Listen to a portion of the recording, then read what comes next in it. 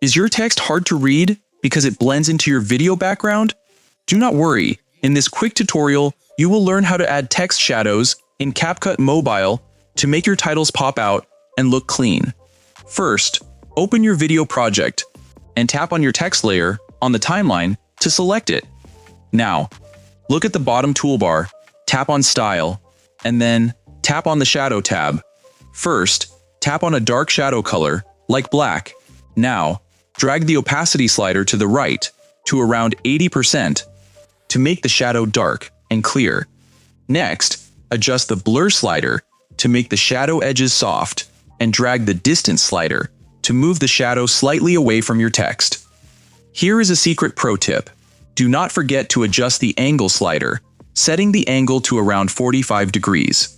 Creates a realistic 3D drop shadow effect that makes your text stand out over any bright clip. Now, tap on the check mark and hit play to review your clean, readable text. To continue learning from our full CapCut Mobile course, check the description box below.